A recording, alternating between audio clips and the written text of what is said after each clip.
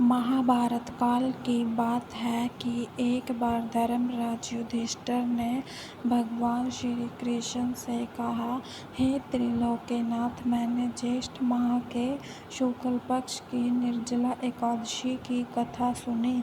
अब आप कृपा करके आषाढ़ माह के कृष्ण पक्ष की एकादशी की कथा सुनाइए। इस एकादशी का नाम तथा महात्म्य क्या है, तो अब मुझे विस्तार पूर्वक बताएं। श्री कृष्ण ने कहा, हे पांडुपुत्र, आषाढ़ माह के कृष्ण पक्ष की एकादशी का नाम योगिनी एकादशी है। इसके व्रत से सभी पाप नष्ट हो जाते हैं। यह व्रत इस लोक में भोग तथा परलोक में मुक्ति देने वाला है। हे अर्जुन, यह एकादशी तीनों लोकों में प्रसिद्ध है। इसके व्रत से सभी पाप नष्ट हो जाते हैं। तुम्हें मैं पुराण में कही हुई कथा सुनाता हूँ, ध्यान पूर्वक श्रवण करो। कुबेर नाम का एक राजा अलकापुरी नाम की नगरी में राज्य करता था।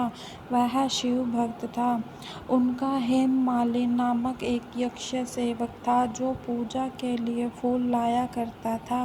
हेममाली की विशालाक्षी नाम की अति सुंदर स्त्री थी। एक दिन वह मानसरोवर से पुष्प लेकर आया, किंतु कामासक्त होने के कारण पुष्पों को रखकर अपनी पत्नी स्त्री के साथ रमन करने लगा। इस भोग विलास में दोपहर हो गई। हेममाली की राह देखते देखते जब राजा कुबेर को दोपहर हो गई तो उसने क्रोधपूर्वक अपने सेवकों को आज्ञा दी कि तुम लोग जाकर पता लगाओ कि हेममाली अभी तक पुष्प लेकर क्यों नहीं आया। जब सेवकों ने उसका पता लगा लिया तो राजा के पास जाकर बताया, हे राजन, वह हेममाली अपनी स्त्री के साथ रमन कर रहा है। इस बात को सुन राजा कुबेर ने हेममाली को बुलाने की आज्ञा दी। डर से कांपता हुआ हेममाली राजा के सामने उपस्थित हुआ। उसे देखकर कुबेर को अत्यंत क्रोध आया और उसके होठ फड़फड़ाने लगे। राजा ने कहा, अरे अधम, तूने मेरे परम पूजनीय देवों के भी देव भगवान शिव जी का अपमान किया है। मैं तुझे श्राप देता हूँ कि तू स्त्री के वियोग में तड़पे और मृत्यु लोक में जाकर कौड़ी का जीवन व्यतीत करे। कुबेर के श्राप से वह तत्क्षण स्वर्ग से पृथ्वी पर आ गिरा और कौड़ी हो गया। उसकी स्त्री भी उससे बिछड़ गई। मृत्युलोक में आकर उसने अनेक भयंकर कष्ट भोगे, किंतु शिव की कृपा से उसकी बुद्धि मलिन न हुई और उसे पूर्व जन्म की भी सुध रही। अनेक कष्टों को भोगता हुआ तथा अपने पूर्व जन्म के कुकर्मों को याद करता हुआ वह हिमालय पर्वत की तरफ चल पड़ा। चलते चलते वह मार्कंडेय ऋषि के आश्रम में जा पहुंचा।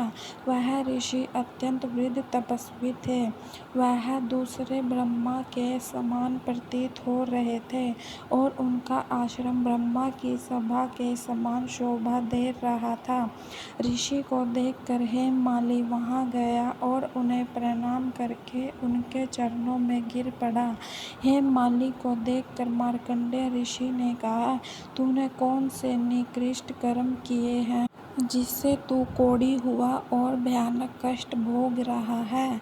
महर्षि की बात सुनकर हेममाली बोला, हे मुनिश्रेष्ठ, मैं राजा कुबेर का अनुचर था। मेरा नाम हेममाली है। मैं प्रतिदिन मानसरोवर से फूल लाकर शिव पूजा के समय कुबेर को दिया करता था। एक दिन पत्नी सहवास के सुख में फंस जाने के कारण मुझे समय का ज्ञान नहीं रहा और दोपहर तक पुष्प न पहुंचा सका। तब उन्होंने मुझे श्राप दिया कि तू अपनी स्त्री का वियोग और मृत्युलोक में जाकर कौड़ी बनकर दुख भोग। इस कारण मैं कौड़ी हो गया हूँ तथा पृथ्वी पर आकर भयंकर कष्ट भोग रहा हूँ। अतः कृपा करके आप कोई ऐसा उपाय बतलाएं जिससे मेरी मुक्ति हो। मार्कंडेय ऋषि ने कहा, हे हेममाली, तूने मेरे सम्मुख सत्य वचन गए हैं।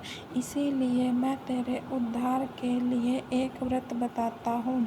यदि तू आषाढ़ माह के कृष्ण पक्ष की योगिनी नामक एकादशी का विधान पूर्वक व्रत करेगा तो तेरे सभी पाप नष्ट हो जाएंगे। महर्षि के वचन सुन हेममाली अति प्रसन्न हुआ और उनके वचनों के अनुसार योगिनी एकादशी का विधान पूर्वक व्रत करने लगा। इस व्रत के प्रभाव से अपने पुराने स्वरूप में आ गया और अपनी स्त्री के साथ सुखपूर्वक रहने लगा। भगवान श्री कृष्ण कहा, हे राजन, इस योगिनी एकादशी की कथा का फल 88,000 ब्राह्मणों को भोजन कराने के बराबर है। इसके व्रत से सभी पाप नष्ट हो जाते हैं और अंत में मोक्ष प्राप्त करके प्राणी स्वर्ग का अधिकारी बनता है।